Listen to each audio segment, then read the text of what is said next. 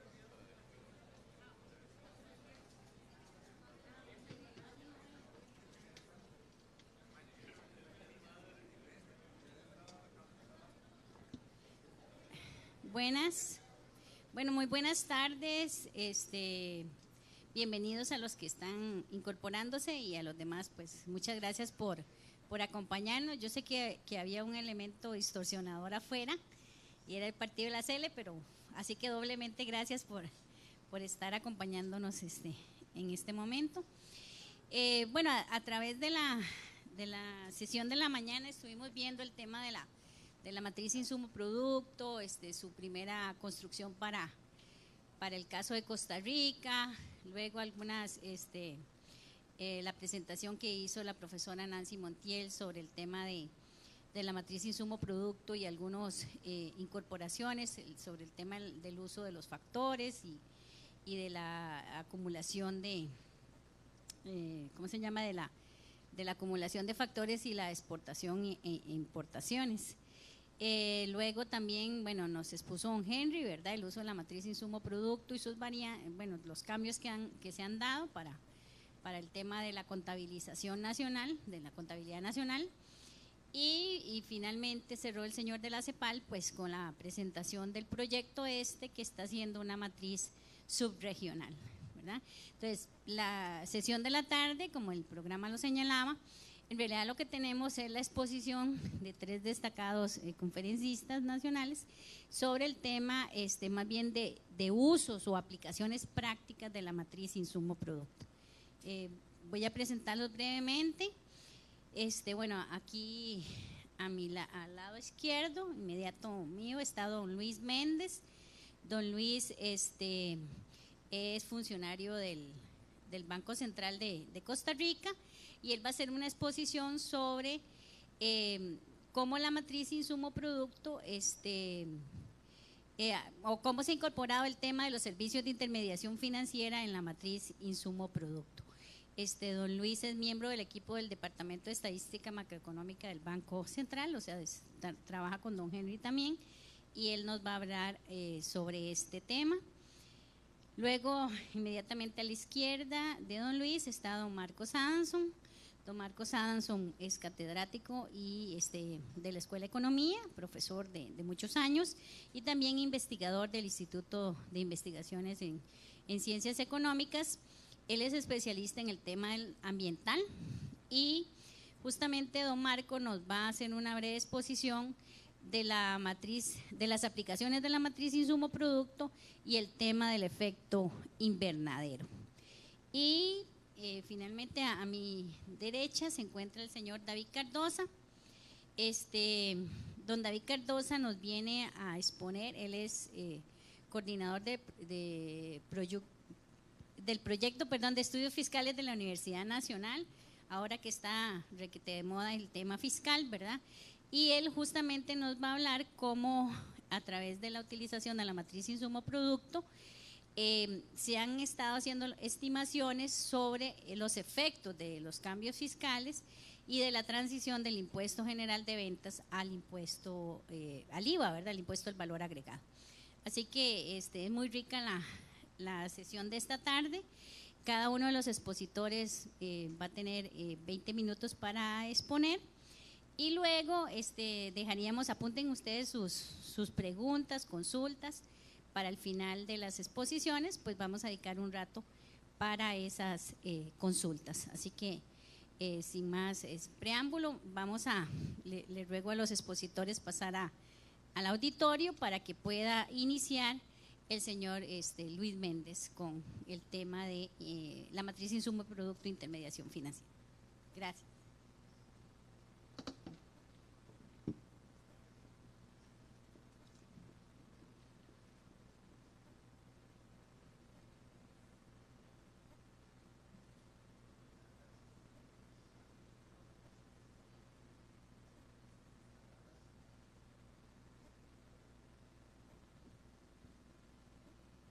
Buenas tardes. Bueno, el pasado mes de abril, una compañera del Banco Central, Gabriela Saurio, y mi persona, hicimos una presentación para optar por el grado de maestría en economía aquí en la Universidad de Costa Rica, y la presentación tenía como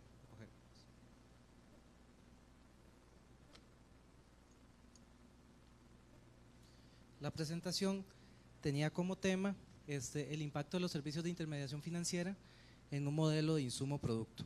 Nos aprovechamos de la información que estaba generando el Banco Central referente a la matriz de insumo-producto, y lo que queríamos ver era analizar el impacto que tienen los servicios de intermediación financiera en las diferentes actividades económicas, partiendo del hecho de que las actividades económicas insumen servicios de intermediación financiera para la producción de los bienes y servicios, ¿verdad? Además, también queríamos ver cuál era el impacto que tenía la demanda de bienes finales, entendida la demanda de bienes finales como la demanda principalmente de los hogares, las exportaciones y los gastos del gobierno sobre los servicios de intermediación financiera. Entonces, lo que queríamos era ver si existía alguna relación que se pudiera cuantificar de qué pasaba cuando la demanda de bienes finales aumentaba, qué pasaba con la producción de servicios de intermediación financiera. A partir del objetivo del tema, planteamos el alcance. Entonces lo dividimos en 3 puntos. Primeramente, analizar el impacto en la economía debido a cambios en la demanda final de servicios financieros, lo que les decía, ¿verdad? Ya sea por parte de los hogares, por parte del gobierno, por parte de los exportadores. Medir el impacto de un mayor margen de los servicios de intermediación financiera, ya sea porque se incrementan los salarios o porque se incrementan las ganancias de los productores, el excedente de explotación, en los principales agregados macroeconómicos. Y por último, conocer la capacidad de arrastre tanto hacia adelante y hacia atrás de los servicios de intermediación financiera con el resto de la economía, ver qué tan vinculados están los servicios de intermediación financiera con el resto de las actividades económicas de Costa Rica, ¿verdad? Algunos aspectos metodológicos, nos basamos en el sistema de cuentas nacionales, la última versión del 2008. Entonces, el tratamiento que se le da a la información macroeconómica del país es el tratamiento que brindan el sistema de cuentas nacionales, donde el sistema de cuentas nacionales define los servicios de intermediación financiera. Dice que los servicios de intermediación financiera nacen por transacciones monetarias, y esas transacciones monetarias es donde una unidad institucional realiza un pago o recibe un pago, o bien contrae un pasivo o adquiere un activo el cual está establecido en unidades de dinero. Las funciones de las sociedades financieras, según el sistema de cuentas nacionales, las podemos resumir en tres. La primera, la intermediación financiera, que surge de la captación y la colocación de recursos; la gestión del riesgo financiero mediante algún tipo, qué sé yo, de derivado financiero, ¿verdad? Y la gestión de la liquidez, que la gestión de la liquidez se ve principalmente en los mercados secundarios, ¿verdad? Siguiendo con el marco metodológico, ¿verdad?, de nuestra presentación, los intermediarios financieros, según el sistema de cuentas nacionales, los clasifica. Dice que puede ser bancos comerciales, que puede ser cajas de ahorro y préstamo, cooperativas de crédito, o bancos especializados o alguna otra sociedad financiera si aceptan depósitos. Entonces, cuando hablamos, aquí lo que estamos haciendo es como marcando, delimitando de qué es lo que estamos entendiendo por intermediación financiera y cuáles son los participantes de la intermediación financiera. Entonces, ¿por qué nos interesa medir el impacto de los servicios de intermediación financiera? Asumimos, ¿verdad?, que los servicios de intermediación financiera forman parte de la función de producción de una empresa. O sea, es un consumo intermedio. Para producir bienes y servicios, yo algunas veces requiero ir al sistema financiero, ¿verdad? Entonces, ahí tendré que pagar un servicio de intermediación financiera, sobre lo cual se ve afectado mi consumo intermedio. Y si eso me afecta mi consumo intermedio, a la larga, ¿verdad?, me va a terminar afectando el Producto Interno Bruto. ¿De acuerdo? Entonces, lo que queríamos es ver eso.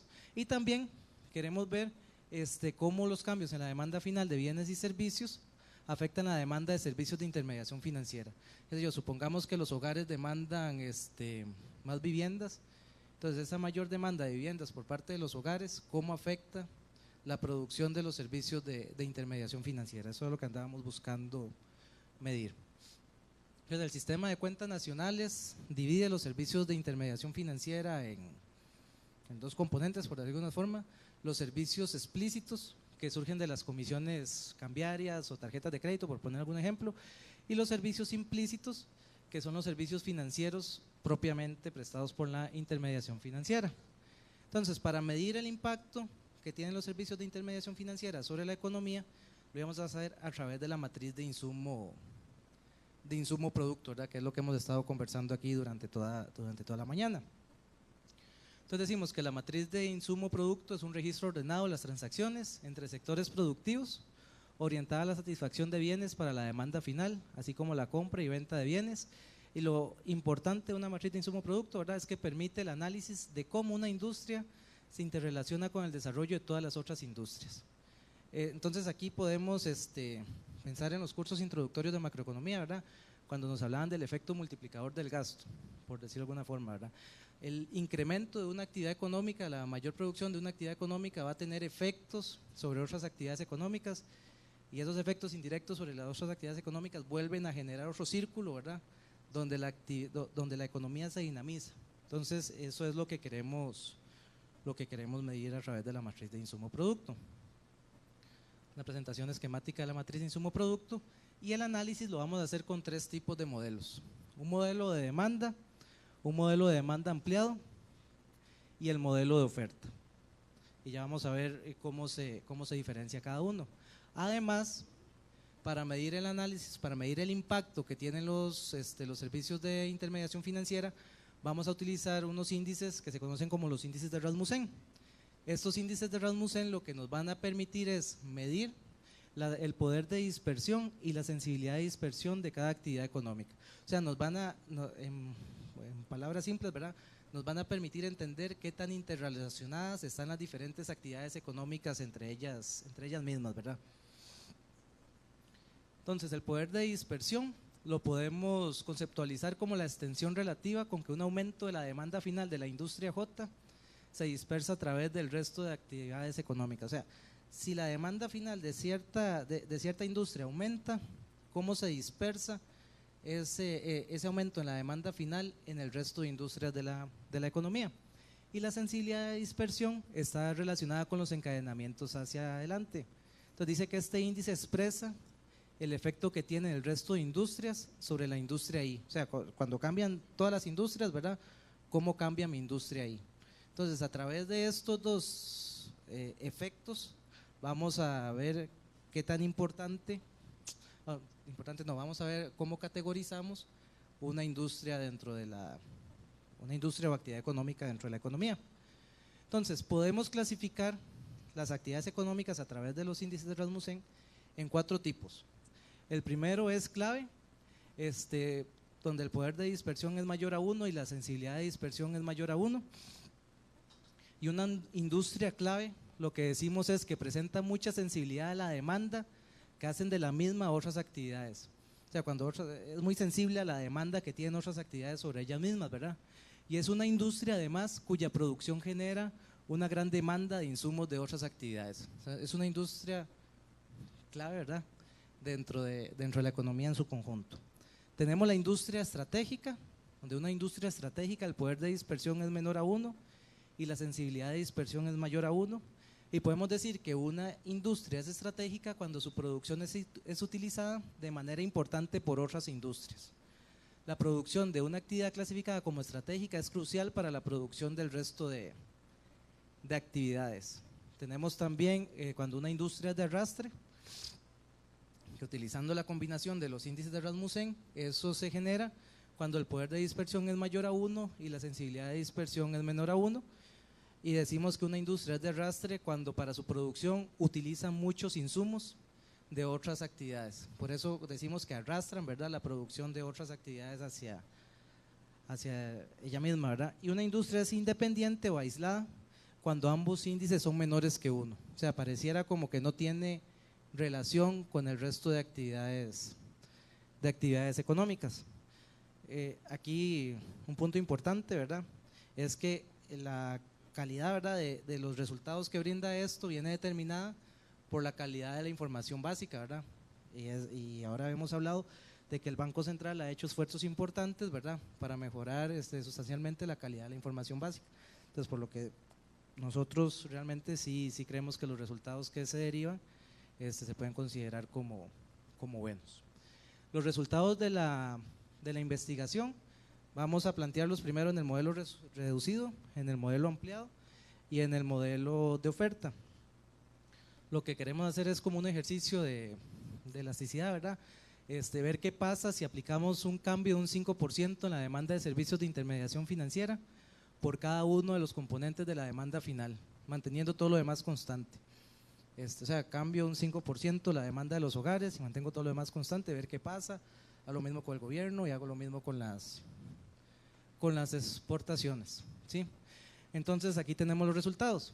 Si el gasto de consumo final aumenta un 5% la demanda de servicios de intermediación financiera, eso genera un cambio de 0,07% en el Producto Interno Bruto, según los resultados del modelo reducido.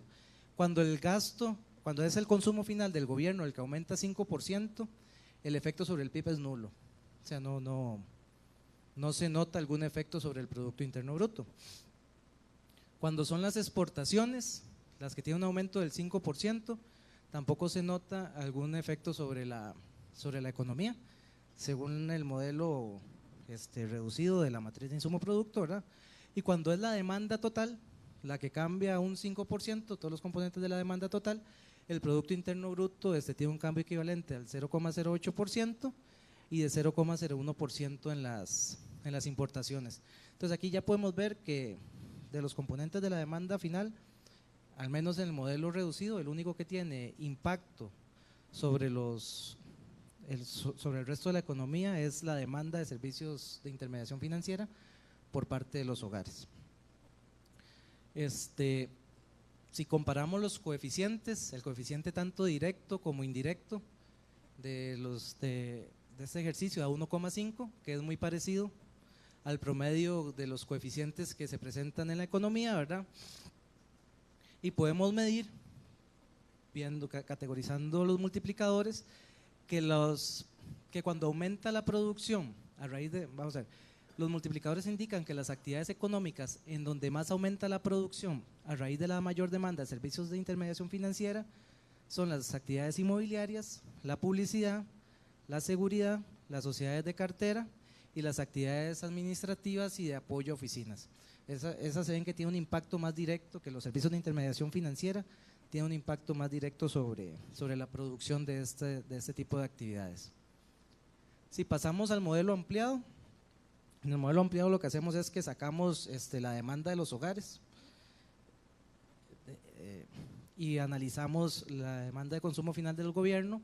Entonces un cambio de un 5% en la demanda de servicios de intermediación por parte del gobierno ocasiona un cambio de 0,02% en el PIB, de 0,02% en el gasto de consumo final de los hogares y de 0,01% en las importaciones.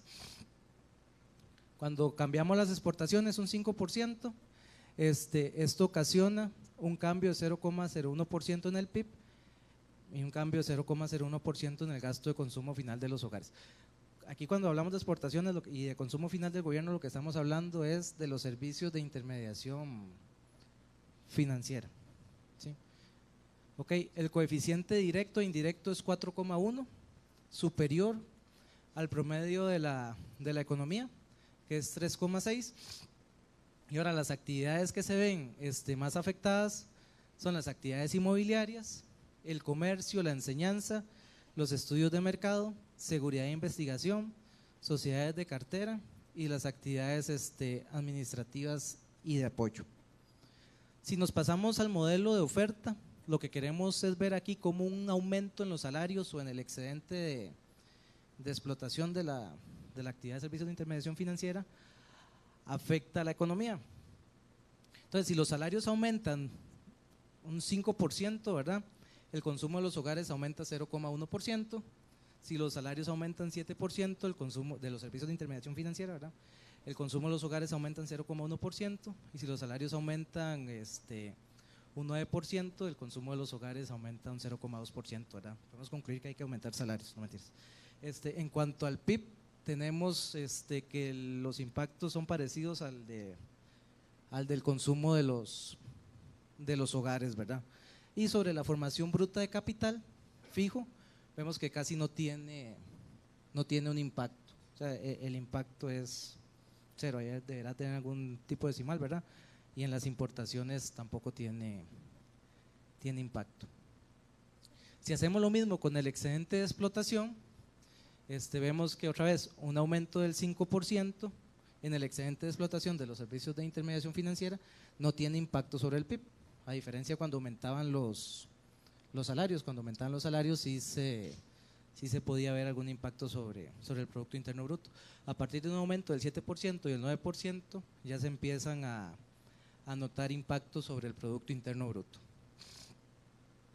El coeficiente en el modelo de oferta es mayor al promedio de la economía, 2,9, el promedio de la economía es 1,6, y nuevamente podemos ver cuáles son las actividades en donde más inciden los servicios de intermediación financiera, y estas actividades son las actividades de seguridad, las actividades auxiliares de servicios financieros, la reparación de computadoras, las sociedades de cartera, los servicios postales y de mensajería, la actividad de publicidad y las actividades administrativas y de apoyo. Y cuando hablamos de actividades estamos hablando de la misma cantidad de actividades que hablaba Henry en la presentación que él hacía en la mañana.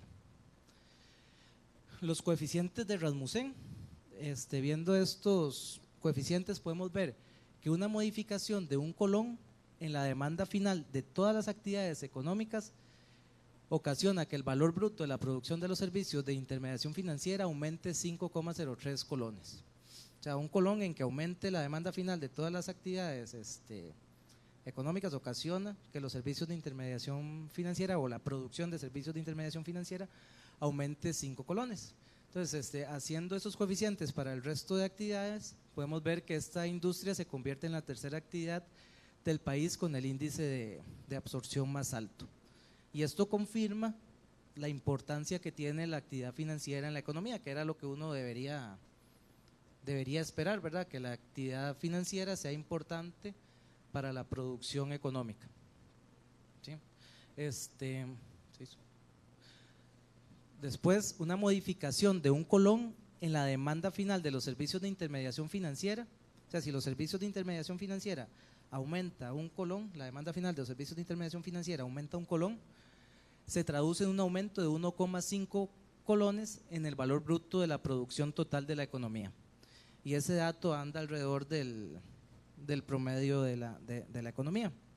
Ok, entonces si podemos ver el efecto del índice de dispersión y de absorción, podemos decir que esta industria la vamos a clasificar como una industria estratégica. Si nos devolvemos un momento a las definiciones que habíamos brindado, creo que ya me pasé, ¿verdad? Una industria era estratégica cuando la producción de esta industria era utilizada de manera importante por otras industrias. Entonces lo que estamos diciendo es que la producción de los servicios de intermediación financiera se utiliza de manera importante por otras actividades económicas. ¿Sí?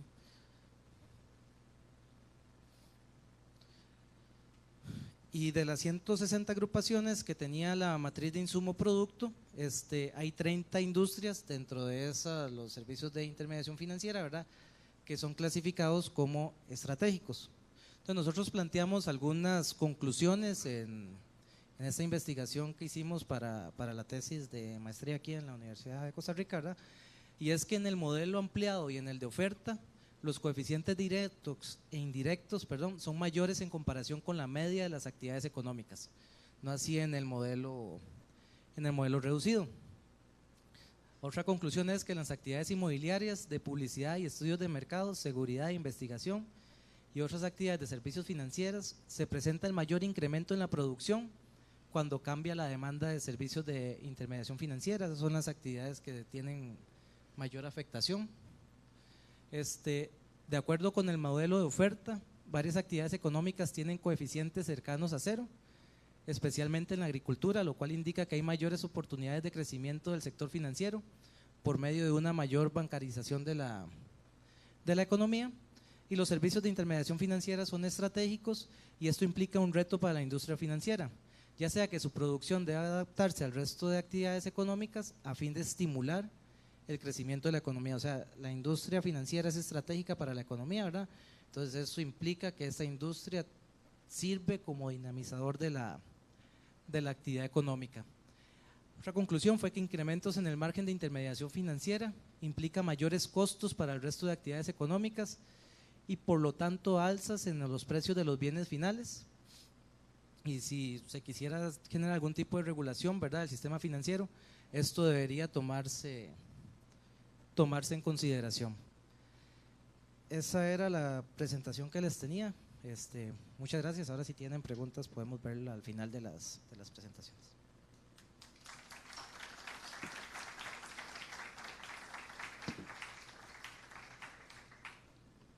Sí, muchas gracias a don Luis Méndez y ahora el profesor Marcos Sansón, que nos va a hablar sobre el efecto invernadero y la matriz de insumo producto.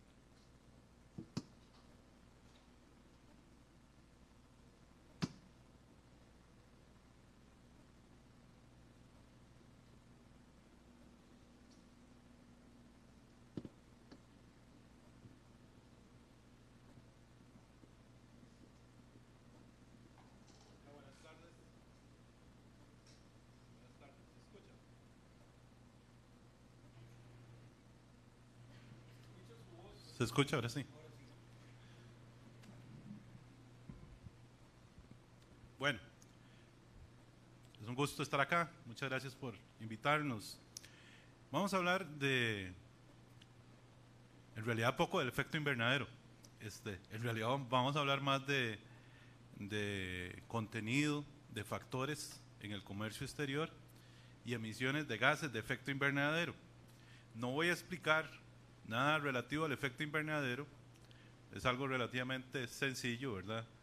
Decimos que estamos viviendo un efecto invernadero porque cuando los rayos del sol atraviesan la atmósfera, ¿sí?, parte de esa radiación es refractada, reflejada por la misma atmósfera hacia el espacio. Otra parte de esa radiación atraviesa la atmósfera y es absorbida por los diferentes cuerpos. Ese calor, una parte, es reflejada, es rebotada hacia el exterior, ¿sí?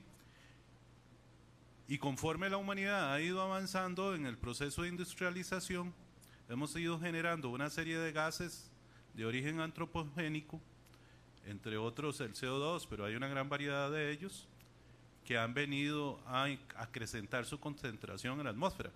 Entonces, con esos gases adicionales, una parte de lo que supuestamente estábamos rebotando, que estábamos expeliendo, no se está dejando salir del todo, sino que lo absorbe, ¿verdad? Y algunas de esas partículas tienen periodos de vida muy largos en la atmósfera, ¿verdad? Y esto hace que, dependiendo del tipo de gas, nuestro planeta esté absorbiendo y reteniendo una mayor cantidad de temperatura a lo largo del tiempo. Dicho eso, no lo podemos modelar como insumo producto, ¿de acuerdo? Entonces, nos vamos a concentrar en varias cosas. Los temas que tienen que ver con qué exportamos y qué importamos, pero no tanto desde los bienes, sino más bien como se los explicó la profesora Nancy Montiel en la mañana, en el trabajo que ella presentó, de la investigación previa que habíamos hecho en el 91, de cómo los contabilizamos, cómo contabilizamos los factores que contienen esos bienes, y a esta presentación la hemos agregado, usando la matriz del 2011 del Banco Central, el contenido de recursos naturales y también de energéticos fósiles y de emisiones fósiles. Y entonces la pregunta que nos hacemos es, bueno, ¿cómo participamos en el comercio exterior? ¿Qué es lo que estamos exportando más?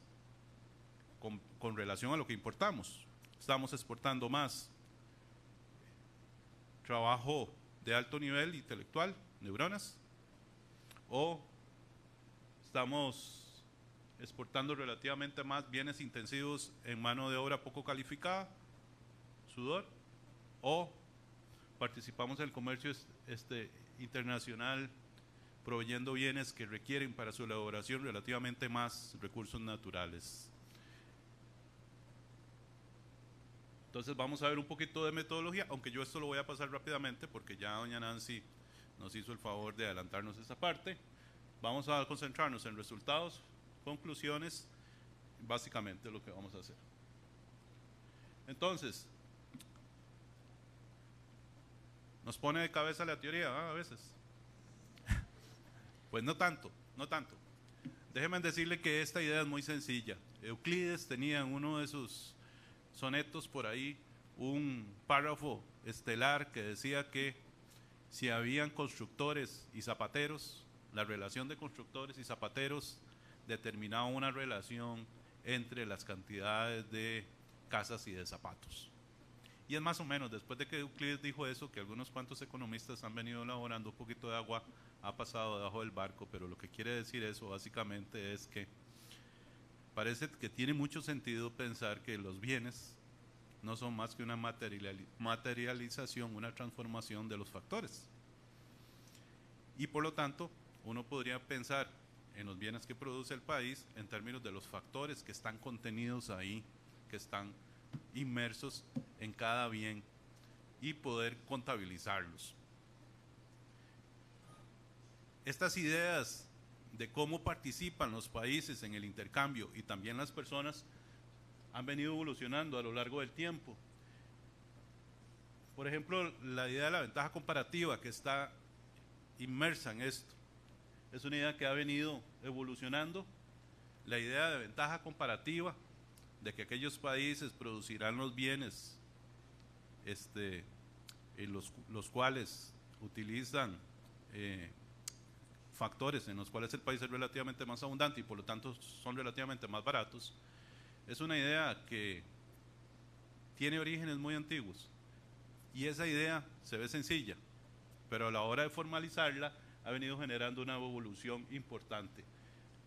Marcó un hito Leontief porque con la matriz que él desarrolló esta idea se pudo llegar a testear de manera más precisa.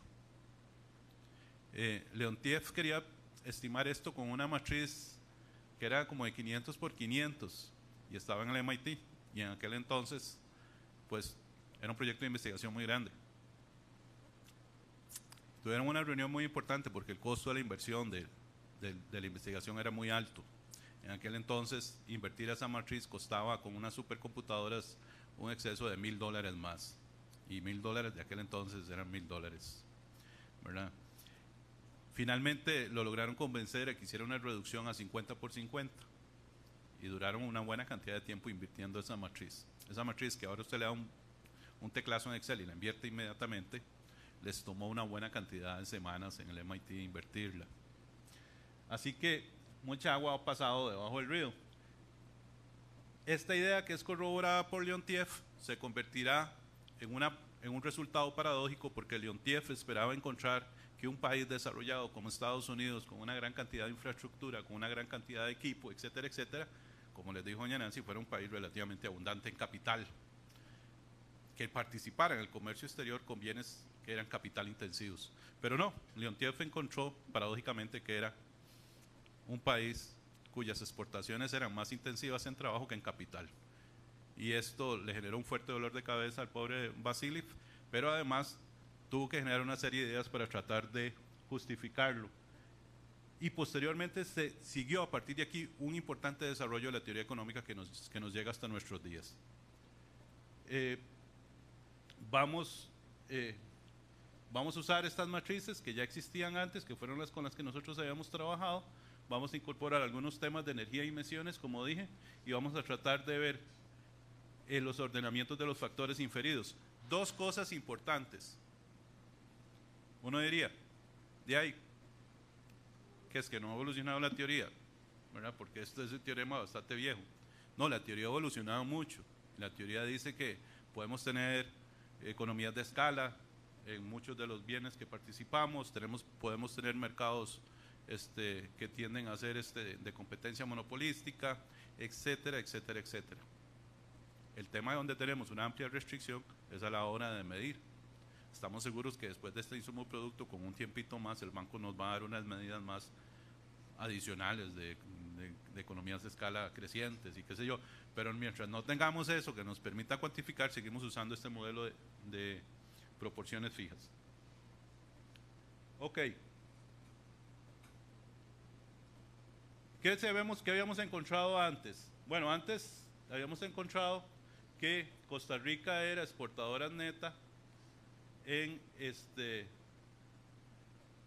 básicamente en 3 categorías de recursos, y que éramos exportadores netos de trabajo poco calificado, ¿verdad? Y de los otros niveles de trabajo con mayores niveles de cualificación, éramos importadores netos. Es decir, éramos muy buenos haciendo bienes que requerían trabajo poco calificado y educado, ¿verdad? Y a cambio, con esos bienes que enviábamos al comercio internacional, recibíamos bienes que, si los tuviéramos que producir, requerirían trabajo más calificado y con mayor nivel intelectual.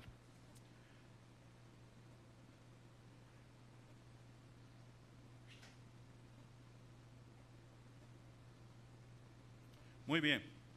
Se encontró que venía disminuyendo la importación neta de esos factores escasos en aquel momento. Y ahorita pues vamos a ver qué fue lo que encontramos. Voy a omitir mucho la parte teórica, porque como les digo, yo creo que ya la vio Nancy. Voy a pasar rápidamente acá, lo voy a dejar en la presentación por si alguna gente lo quiere verificar.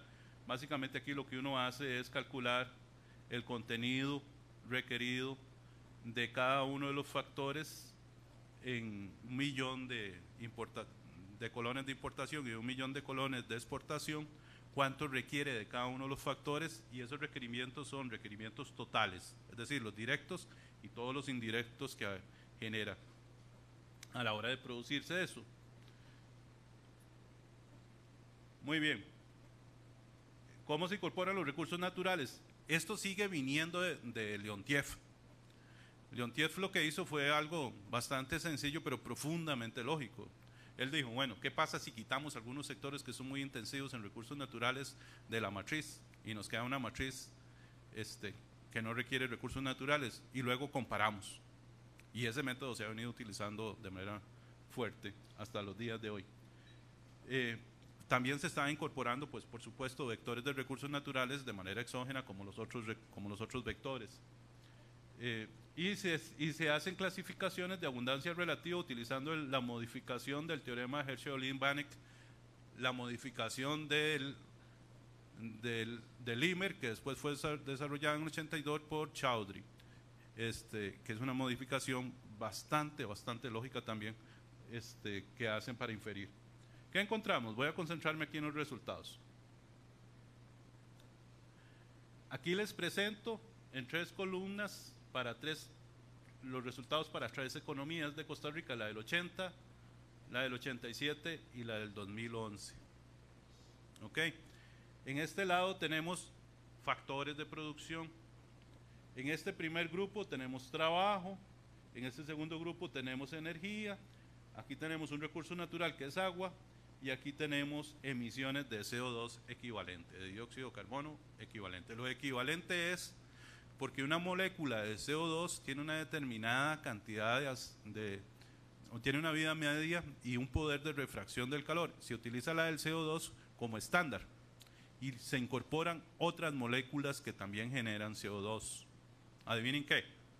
¿Cuánto cree? ¿Cuántas emisiones calculan ustedes que se ocupan para comerse una hamburguesa? Cuarto de libra, por ejemplo. Vieran que para producir una hamburguesa de un cuarto de libra se requiere una buena cantidad de emisiones de CO2. Y fundamentalmente es porque si es una hamburguesa con carne de vaca, esa vaca genera una buena cantidad de metano en su proceso de fermentación entérica. A diferencia de lo que la gente cree, la mayoría de ese metano no sale por la chimenea trasera de la vaca, sale por la chimenea delantera. ¿De acuerdo? Por el proceso de fermentación entérica, por el proceso de rumeo, ¿verdad? Y esto hace que una buena cantidad de las emisiones del país no solo provengan de la energía fósil, sino también del sector agropecuario. Otra parte muy importante donde se generan emisiones en Costa Rica tiene que ver con el proceso de fertilización y abono del sector agropecuario. Los abonos incorporan una buena cantidad de químicos, pero particularmente contienen nitratos. Estos nitratos, cuando se oxidan, es decir, cuando hacen contacto con el oxígeno, se convierten en dióxido nitroso, que es un importante emisor de calentamiento global, a la hora de transformarlo en poder de refracción de calentamiento, muchas veces más que el CO2. Entonces el metano tiene como un poder de refracción como de 50 y tantas veces más, y el dióxido de nitrógeno de 500 veces más aproximadamente. Entonces, dependiendo de dónde venga el gas, así es convertido a CO2 y su peso, y entonces se dice en CO2 equivalente. Vamos viendo por partes. Primeros hallazgos. Bueno, vean cómo leemos esto. Esto lo leemos así. Esta es la cantidad de trabajo año contenido en 1 millón de exportaciones en el año 1980, y esta es la cantidad de trabajo de ningún grado contenido en 1 millón de importaciones, y esta es la relación de los dos. El de exportaciones partido por el de importaciones, quiere decir que hay 2 veces 0.25 más trabajo, hay 1.25 veces más trabajo que no tiene ningún grado de calificación en las exportaciones que en las importaciones de Costa Rica, ¿de acuerdo? Porque esto da 2.25. Si fuera igual sería 1, y el 1.25 es el 1.25 adicional que están en exceso, un 125% más en las exportaciones llevan trabajo no calificado que el que nosotros tendríamos que dedicar para producir las importaciones, para producir los bienes que sustituimos. Me concentro acá en este otro de 1.30, que es el de primaria, vean que es menor, y vean que conforme bajamos aquí, va siendo cada vez menor, es decir, aquí es menor que 1, es decir, importamos bienes que requieren trabajo con secundaria mucho más de lo que exportamos, y acá es menos de 0.5, es decir, el inverso de eso es más de 2. O sea, requerimos más del 100% en bienes importados que requieren trabajo universitario. Pero vean que a lo largo del tiempo esto ha venido cambiando. Esto al 87 venía aumentando, acá también había venido aumentando, y estos también. De manera que de aquí a aquí la cosa había como empeorado y de este lado había mejorado. Pero de manera interesante, lo que encontramos con la matriz del 2011 es que nos permite ver que ha habido una transformación importante en cómo nos estamos vinculando con el comercio exterior, porque vean que efectivamente aquí estamos apenas un 53 por arriba en trabajo que requiere ningún grado, un 36% en trabajo que requiere primaria, pero estos han recibido una transformación realmente significativa. Ahora estamos participando en el comercio exterior, exportando bienes que requieren mucho más trabajo que tiene secundaria, ¿verdad? Y mucho más trabajo que tiene universitaria, inclusive más que secundaria. Y más que algunos de estos de aquí arriba. ¿Lo notan? Entonces, en términos del trabajo, la vinculación que estamos haciendo con el comercio internacional de nosotros sí ha recibido una transformación profunda en estos años, por lo menos en lo que el empleo se refiere por el lado de sus categorías. Ahora bien, ¿qué pasa con la gasolina y con los energéticos? Costa Rica no es un país productor de energía fósil, y los que tenemos aquí son energéticos fósiles. Entonces, ustedes pueden ver que curiosamente, pues está muy bien que requiramos más, que estemos, vean en este caso, cuando exportamos requerimos energía y estamos requiriendo, ¿verdad? Una cantidad particularmente mucho menor de la que requieren los bienes que importamos, excepto en diésel. En diésel nuestros bienes sí llevan mucho más diésel del que traemos de afuera. Y en búnker tenemos la misma situación que tenemos con la gasolina. En agua nuestros bienes están requiriendo mucho más agua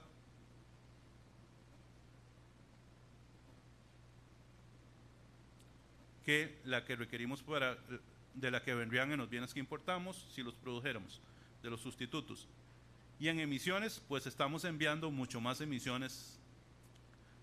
Ojo que Costa Rica quiere ser un país neutral en carbono, ¿verdad? Quiere ser neutral. Aquí les pongo algunos datos en gigagramos de CO2 por diferentes actividades, para que los puedan ver cómo andamos, los más grandes y aquí algunos de los más pequeños, ¿verdad? Del lado energético fósil, esto es energía fósil. Aquí les presento la estructura resultante por tipo de gas. Y entonces, aquí pues el 50% es dióxido de carbono, aquí es óxido nitroso y aquí es metano. Estos son CO2 equivalentes, o sea, son comparables. Como les digo, una buena parte de estos gases, como el dióxido nitroso, el metano, pueden provenir del sector agropecuario. Y otra parte del sector transporte. Aquí lo tienen por sector. Entonces vean que si bien es cierto, casi el 40% de los gases están asociados al sector transporte, hay una buena cantidad de gases que vienen de otros sectores y particularmente una parte importante del sector de ganado y aves de corral.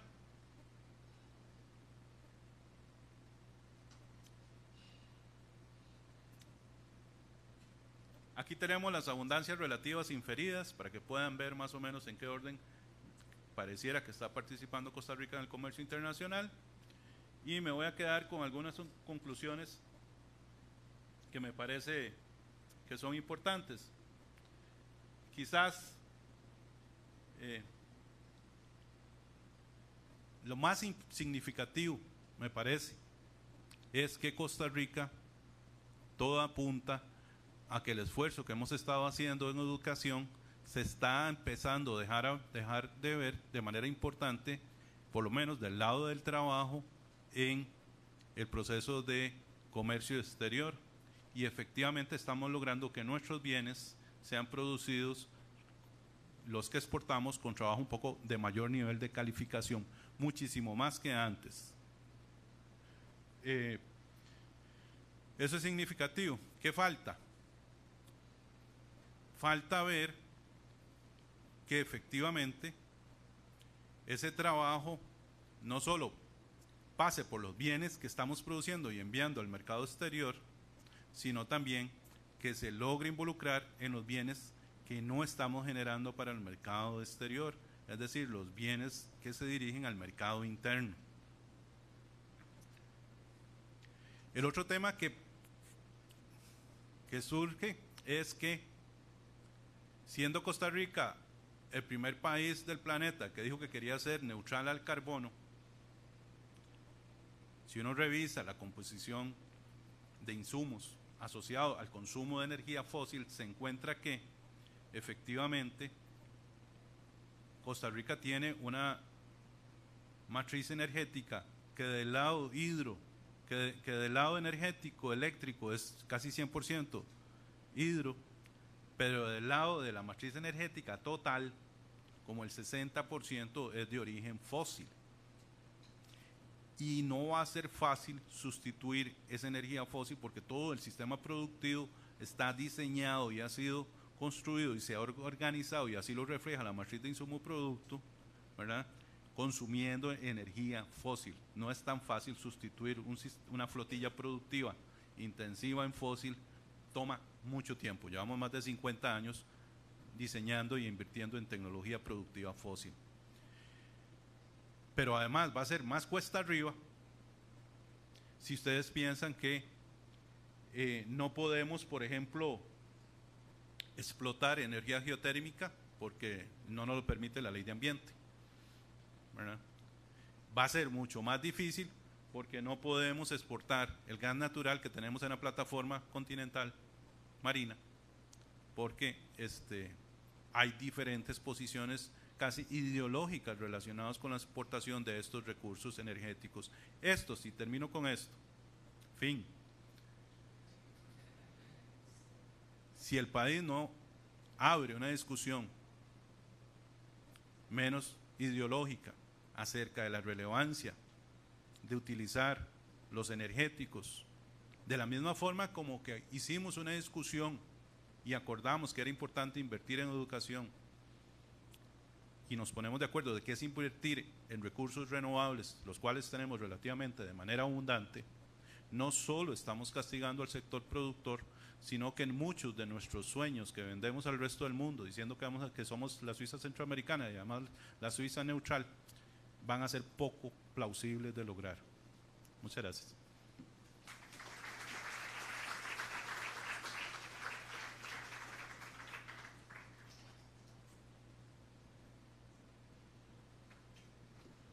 Muchas gracias a Marcos Adanzo por su exposición.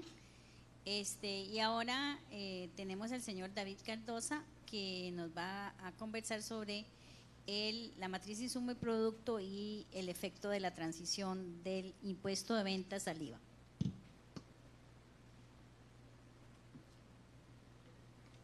Queda muy grande. Bueno, muy buenas tardes a todos por estar en este espacio. Agradezco a la Escuela de Economía, ¿verdad?, por la actividad, y en nombre de la Escuela de Economía de la Universidad Nacional y el Proyecto de Estudios Fiscales les voy a explicar muy brevemente unos cálculos que habíamos realizado inicialmente en el primer foro que se había realizado sobre insumo producto. Quiero aclarar lo siguiente: en ese momento, porque el tema fiscal tiene una particularidad. En los últimos años hemos visto que se vienen dando casi que por hora diferentes modificaciones de lo que podría ser una potencial reforma fiscal. Entonces, lo que hicimos nosotros en ese momento fue tratar de simular para el 2011, ¿verdad?, cómo podría ser el potencial recaudatorio de lo que se conoce como el impuesto al valor agregado, que es lo que se viene discutiendo en la actualidad por medio del expediente 20.580 que está actualmente en la Asamblea Legislativa. Entonces esto ha tenido muchas modificaciones, pero lo importante aquí a rescatar es que la metodología que utilizamos de insumo-producto nos sirve como un punto de referencia para tener una idea desde el punto de vista cuantitativo de la temática. El objetivo de la investigación era entonces agarrar la matriz de insumo-producto y calcular lo que sería un vector de lo que sería el impuesto. No sé si recuerdan que ahora los compañeros nos presentaban varios esquemas en la matriz, ¿verdad? Una parte en las transacciones, y si lo mirábamos debajo de esas transacciones había una parte que era por el lado de los impuestos. Entonces nosotros calculamos eso en colaboración con el Banco Central. ¿Por qué estimar esto? Esto es importante que lo contextualicemos. Bueno, porque lo que hemos aprendido, creo, el día de hoy acá, ¿verdad? En las diferentes temáticas que se han tocado, es que ha habido una transformación importante de la estructura productiva del país, ¿eh? Entonces, en la actualidad, lo que se cobra es un impuesto general sobre las ventas. Y muy importante rescatar que no se está gravando lo que se conoce como los servicios, ¿verdad? Entonces, esa base gravable potencial de los servicios no está incorporado en lo que es el impuesto general sobre las ventas. Entonces, nos dimos a la tarea de tratar de cuantificar eso, cómo se miraría.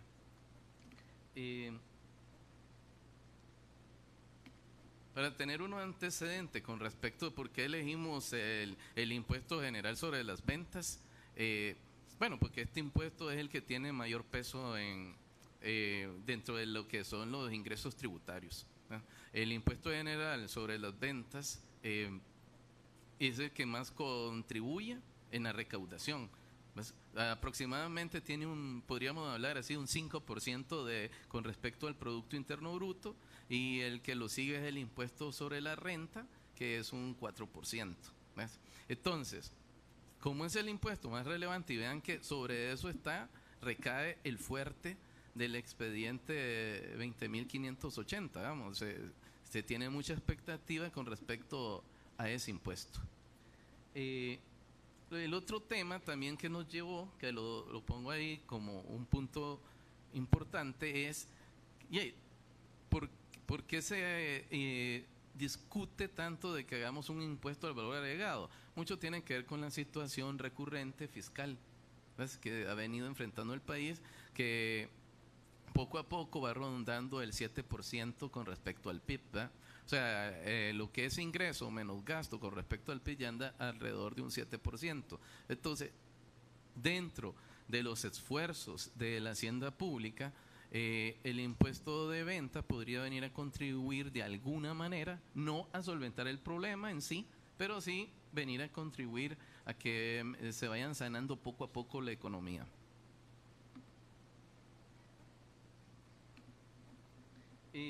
El tema de la matriz de insumos producto, pues lo que nos permite es, como hay muchas relaciones, ya vimos, en toda la economía entre lo que se compra y lo que se vende, entonces es un buen punto de partida como para tratar de ver cómo se podrían ver afectados los diferentes sectores una vez que se aplica un impuesto, ¿eh?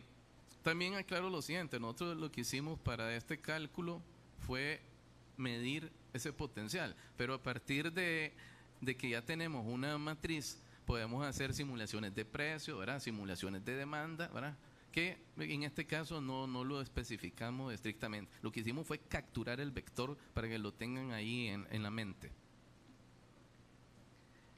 El IVA, importante detallar entonces que es un impuesto indirecto y está por el tema del lado del consumo, ¿va? Y es importante este impuesto por el tema de que lo que se va a gravar específicamente es el nuevo valor agregado que se genera en economía. Y la matriz, cuando vieron los diferentes esquemas que han presentado los otros compañeros, nos permite capturar bastante bien eso. Hay varias maneras de medir esto del IVA. Nosotros tomamos lo de CIE 1995, ¿verdad? Donde nos hace algunas observaciones, ¿verdad? De que un impuesto sobre las ventas tiene el tema del efecto cascada que se habla en la temática fiscal, ¿verdad? Hay que incorporar temas de elasticidades de precios y está el tema de los exentos, que ese es otro tema muy relevante y que nosotros lo capturamos aquí en los cálculos de la matriz, ¿verdad? Nosotros tuvimos que ir a ver un poco qué eran los que se entiende por bienes y servicios, ¿verdad? Específicamente bienes exentos. Esto lo que muestra es una fotografía de por qué puede ser relevante la aplicación de un IVA y no seguir con el esquema de un impuesto general sobre las ventas. Y mucho tiene que ver con esta composición. Vean que el sector terciario tenemos 67,2%, es el que pesa más en la estructura de la economía. Aquí, cuando hicieron el cambio de año base, 40% es por el lado de los servicios, lo cual, aquí hay un 40% del lado de los servicios que en este momento no están siendo grabados. Entonces vean que lo que tenemos es una oportunidad, ¿verdad?, para ordenar más la economía, porque también tiene esta otra característica, el impuesto del valor agregado. Al grabar toda esta parte que ahora no está contribuyendo, nos va a permitir a tener mejores controles en la materia hacendaria.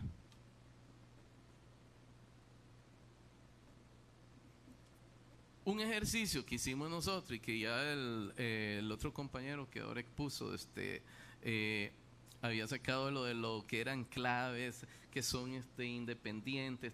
Esto nos da una idea también de cómo está la estructura de la economía. Nosotros aplicamos también un Rasmussen, ¿verdad? Y en ese momento, pues, de lo importante es entender,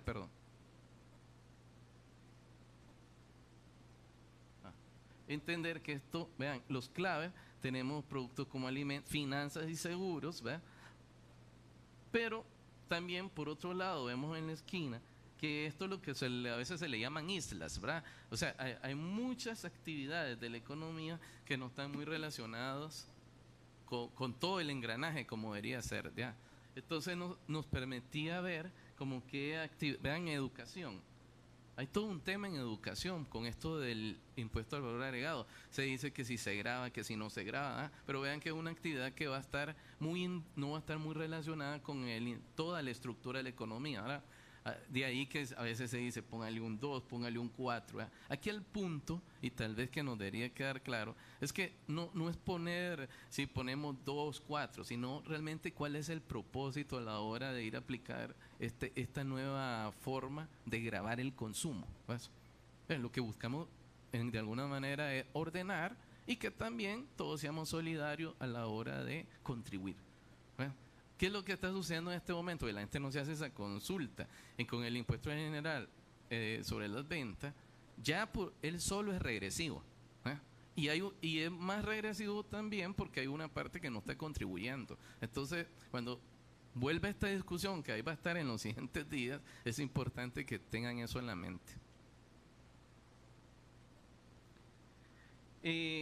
Nosotros calculamos lo del IVA, ¿verdad? Se puede distinguir la parte de exportaciones e importaciones, el destino, ¿verdad? Vimos el IVA que actualmente se tiene, lo que se conoce de IGB es un IVA como parcializado. De hecho, así se le ha querido llamar, ¿verdad? No es un IVA completo.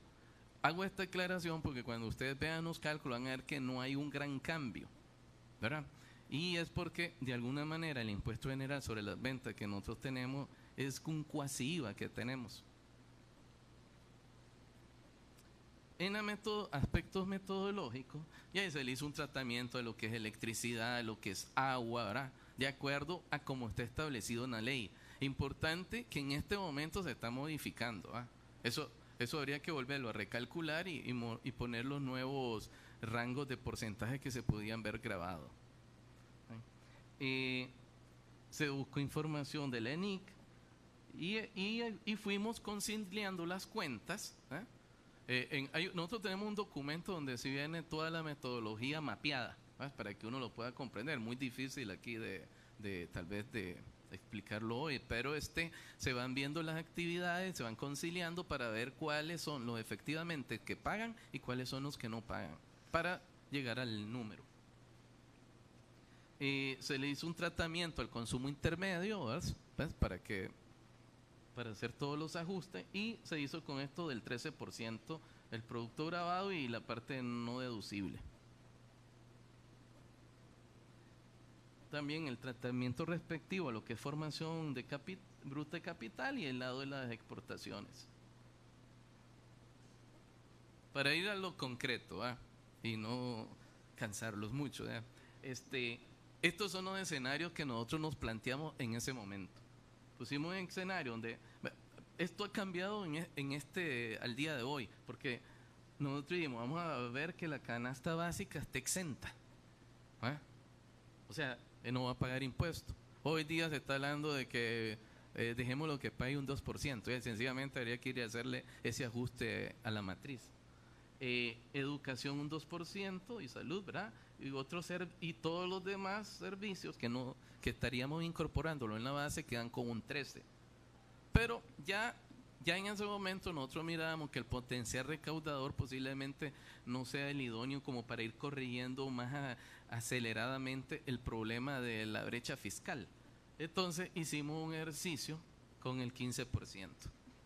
Y hasta podríamos ya ir pensando en un 18, 20%. Al menos aquí en la academia lo podemos decir, afuera nos puede pasar algo. Bueno, principales resultados, ¿verdad? Se logra, una cosa importante que nos preocupó cuando hicimos este cálculo era, vean que nosotros lo hicimos con el 2011, entonces fuimos a ver si conciliaban estos números con los números reportados por el Ministerio de Hacienda. Y fuimos ajustando eso hasta que nos acercamos lo más que pudimos, porque de primera instancia la matriz no capta todo lo que uno quisiera, ¿verdad? Lo capta en un momento del tiempo, ¿verdad? Pero se le van haciendo ajustes. Entonces nos dio bastante aproximado lo que era el reporte de ese año. Encontramos que los hogares, ¿verdad? Al aplicar el IVA, pues va a estar en un 60% en los hogares, consumo intermedio un 23%, 10% capital y exportaciones 6%. Vamos a ver acá. Estos son los números que encontramos, ¿verdad? Si nosotros aplicamos el IGB y lo calculamos con la matriz, nos dio esta cantidad, ¿verdad? Muy parecido a lo que está reportado en las cifras de Hacienda, ¿verdad? Y eso con una alícuota de 3 y nos da aproximadamente un 5,2 del Producto Interno Bruto. Eso lo pueden corroborar, ¿verdad? Con las estadísticas oficiales. Ahora, cuando ya aplicamos en lo que es la matriz de insumos producto y con un escenario de IVA que pusimos a pagar a los servicios principalmente, pues encontramos este monto, lo cual nos da un 0,3%, ¿verdad? En la variación, con un 13, y nos da un poquito, 5.5. Ven que no nos está levantando mucho, pero ya estamos modernizando, digamos, la estructura tributaria con eso, ¿no? Entonces, a partir de eso empezamos a ver el ejercicio. ¿Qué pasa si lo hacemos con 14? ¿Qué pasa si lo hacemos con 15? Entonces nos fuimos a hacerlo con 15 y vean que nos da un 6,2, ya levanta un poco más relevante, pero todo el esfuerzo que estamos haciendo aquí para corregir el tema de la brecha fiscal, que hablamos que es como de un 7%, pues nos da un 1%. Si ustedes revisan la información de los periódicos, y creo que aquí hay gente de Hacienda, ¿verdad?, que podrían corroborar eso también, lo que nos hablan es de que si se aplica el IVA con unos nuevos ajustes que hay, pues nos daría un 0,92, ¿verdad?, en los subsiguientes años, ¿verdad? Ajá. Y toda la reforma, ¿verdad?, en su momento, ¿verdad?, metiendo recortes de gasto, todo ese tipo de cosas, venía dando como un 2,4 en algún momento. Todo depende de qué metemos, qué sacamos, Ese es el tema. Pero desde el IVA, pues lo importante es que, bueno, eso es lo que nos va rindiendo y todo va a depender, sí, todo va a depender de si ponemos a grabar más o menos los bienes y servicios. Si se aplicara el IVA, si encontramos un cambio importante en cuanto a cómo sería la estructura, en cuanto a lo que es consumo en los hogares, consumo intermedio, formación bruta de capital y exportaciones. Vean que con la legislación actual está en un 60,8. Si pasamos al impuesto al valor agregado, pues levanta esto, principalmente porque estamos poniendo hemos ampliado la base, ¿verdad? Que ese es uno de los puntos. El tema de consumo intermedio se reduce.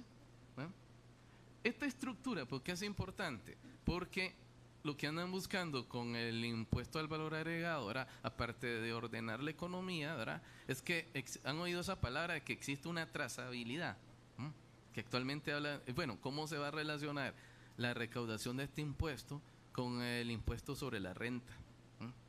En general con todo el sistema tributario. Entonces van a ver, si sale todo bien, ¿verdad? Van a haber mejores controles, ¿ya? Y está todo el tema de un mejor cobro en sí del impuesto. Con el 15, pues ya, y básicamente, que por si entramos a futuro en esta discusión, el fuerte está cuando uno amplía la base. Ya después, una vez que ampliamos la base, vean que el efecto de lo que es alícuota, pues ya va dando más recaudación, pero en cuanto a la composición no vemos grandes cambios. ¿Ves? Que eso es importante, ¿verdad? Consideraciones finales, ¿verdad? Pues el objetivo principal era calcular ese vector, ese era el objetivo, ¿verdad? Y conciliarlo con las estadísticas fiscales que se logró en su momento corroborar. Esto da base para que nosotros podamos ir haciendo estudios sobre política fiscal, ¿verdad? Como les dije, podremos pasar a ver modelos de efectos de precio, modelos de efectos de demanda, ¿verdad? Perfectamente se puede trabajar sobre la base de la matriz. Y nos permiten dar señales. Bueno, vean que actualmente la discusión de la posible reforma fiscal no va tanto por la cuantía, sino por la señal que puede mandar a organismos internacionales, ¿verdad? y a los mismos sectores que vienen exigiendo aquí la posible reforma y ordenamiento del lado del gasto. Eso también nos permite corroborar en cierta medida la matriz, ¿verdad? Que nos dice por dónde podría ir la parte recaudatoria. Y para nosotros, desde el proyecto, nosotros encontramos que es relevante, ya que vamos a hacer toda esa ampliación de la base y que queda grabada una parte con 13 y otras que no con 13, creo que es una oportunidad que tienen que de una vez al menos se debería grabar con 15, ¿verdad? Y aún sabiendo que tenemos otro estudio que no sé si ustedes lo vieron, que anteriormente salimos en los medios, ¿verdad? Donde encontramos de que sí, el impuesto es regresivo, pero bueno, habrá que buscarle maneras de cómo compensar a los grupos que más se vean afectados una vez que se aplique el impuesto. Todo lo que hemos encontrado es exploratorio, pero por lo menos marcan tendencias y puede permitir a todos ustedes seguir en diferentes estudios. De mi parte, muchas gracias. Si tienen alguna consulta, con gusto.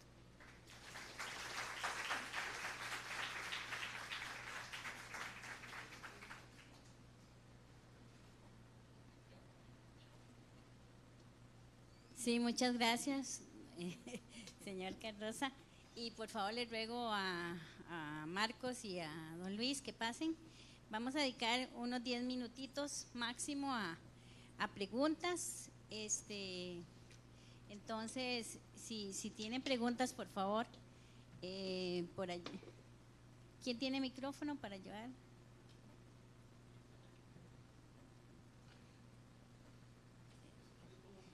Erwin, Bueno, sí, si nos puede.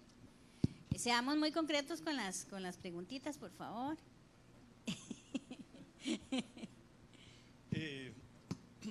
Para David, un poco el tema este de regresivo.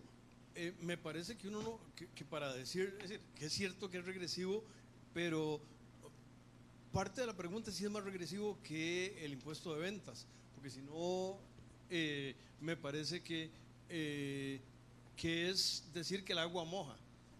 Sí. La segunda cosa al rato me acuerdo, porque era más importante la segunda, pero a los 71 años el disco duro está muy duro.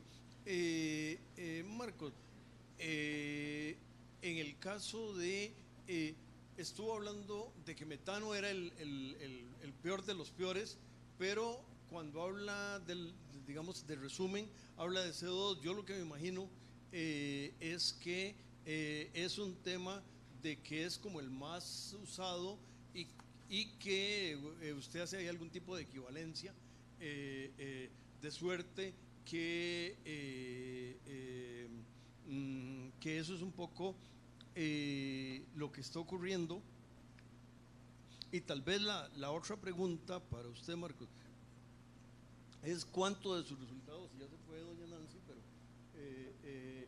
pero cuánto de los resultados son, porque usted incluyó el efecto de calentamiento, digamos, si lo hubiera hecho a la antigüita, si hubiera habido alguna diferencia significativa.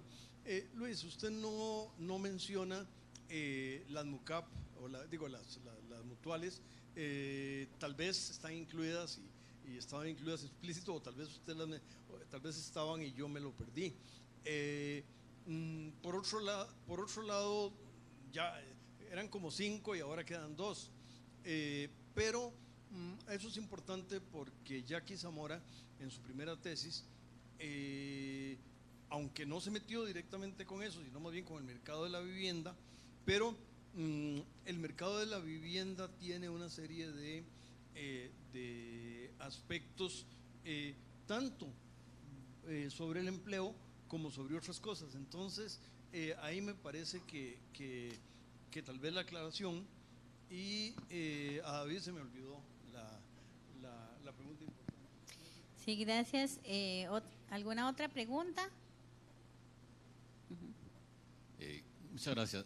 Ahora que David expuso sobre el impuesto de las ventas, desde que él hizo el cálculo a la actualidad, el impuesto de las ventas pasó de 5,2 a 4,2 del PIB, o sea, es parte del problema de agravamiento del déficit. Y la simulación del Ministerio de Hacienda da un 1% sin cambiar alícuota, prácticamente un 0,97 me parece ser uno. Mientras que en el cálculo que hizo David era un 0,3, porque también los servicios han aumentado aún más su participación. Y ahí más que todo es,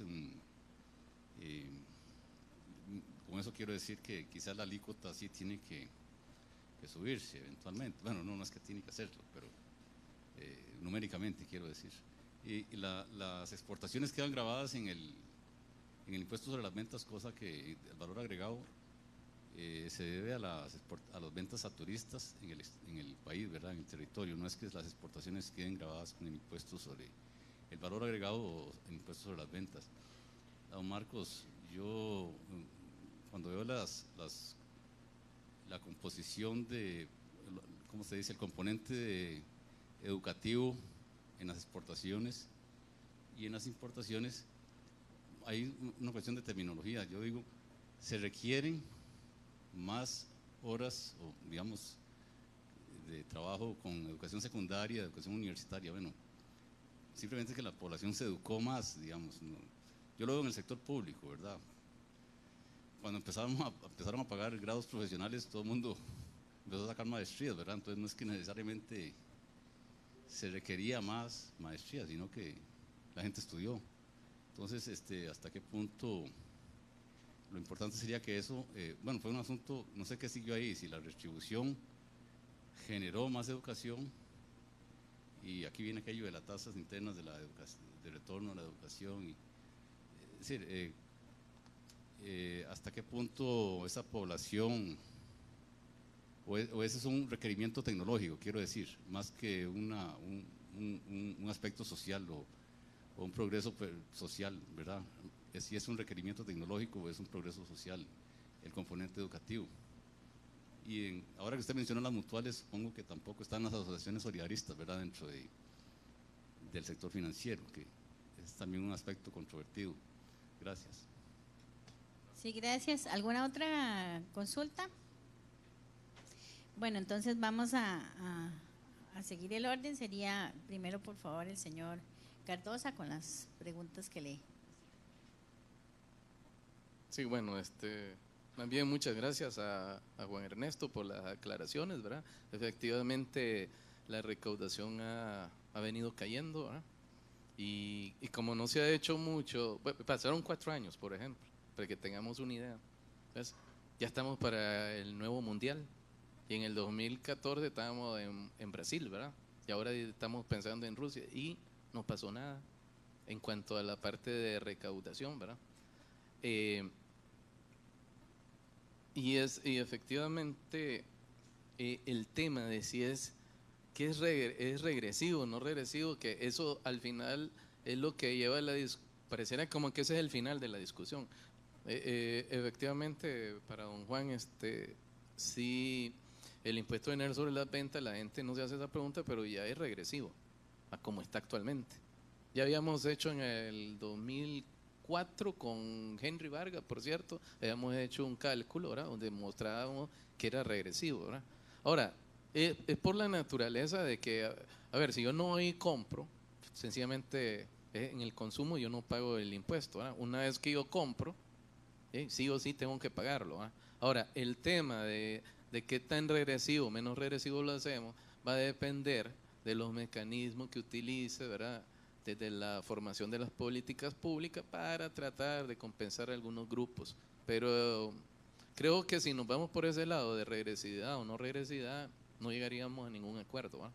Y cuidado, más bien, creo que el nuevo impuesto sobre el valor agregado viene a contribuir de alguna manera a ordenar que no sea tan regresivo como tenemos el esquema actual.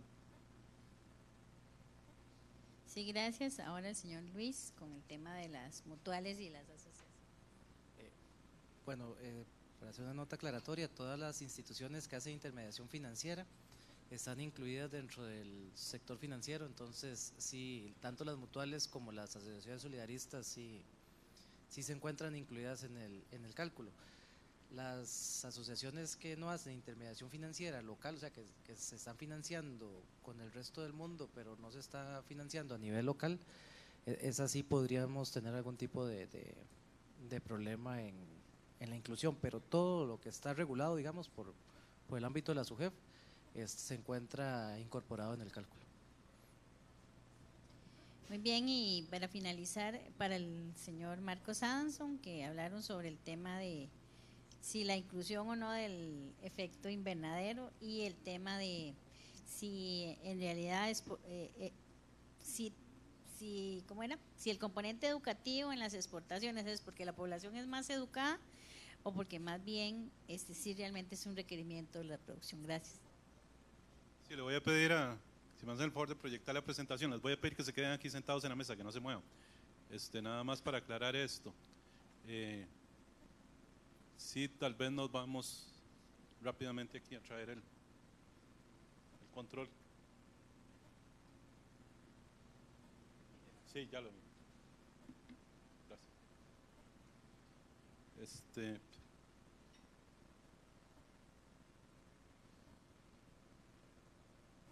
Es importante esto que consulta don Juan. Primero, que si contamina o no, ¿verdad? El CO2, si contamina la metodología o no. Bueno, afortunadamente no nos contamina la metodología de introducir las emisiones. Vean que aquí tenemos factores de producción, los que teníamos en las primeras estimaciones que hicimos, y siguen estando los mismos factores de producción que teníamos en las primeras estimaciones, y entonces son comparables uno a uno. ahí no afecta en nada. Lo que estamos haciendo más grande es los diferentes vectores que están entrando, pero estos son los mismos. Entonces, estos son vectores de factores de producción adicionales, pero estos ordenamientos son directamente comparables uno a uno entre ellos. Lo que puede afectar es la inferencia de la abundancia relativa. Y ahí sí lleva razón don Juan, cuando uno incorpora nuevos factores, tiene que ver qué pasa cuando los incluyo y no los excluyo, pero por la comparación relativa no. Número 2, el tema de si el trabajo ahora es de que la gente ha educado por crecimiento vegetativo de la educación, o sea, la población estudia vegetativamente. En realidad, probablemente sí, si uno observa nada más un perfil o un cohorte, qué sé yo, ¿verdad? Pero aquí lo que nos interesa es la relación de ese tipo de trabajo partido por la cantidad de bienes de importación. Y entonces lo que estamos viendo es que, aunque se hayan educado más, ¿verdad? No solo se han educado más, sino que ahora, comparado con lo que tendría que requerir para las importaciones, ¿verdad? Y entonces esa es la comparación que tiene sentido.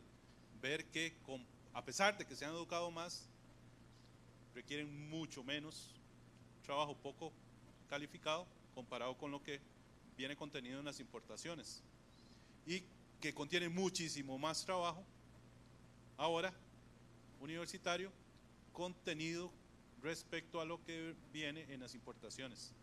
Entonces, digamos, ese sí es un hallazgo de cambio estructural muy significativo, muy relevante, ¿verdad? Uno podría tener esto desigual, ¿verdad? Esto no necesariamente, o sea, hay muchas formas de que esto hubiera evolucionado, pero esta es una evolución, un cambio realmente importante, no es un cambio casual. Y para el tema de don Juan, respecto a las emisiones, cómo vienen calculadas,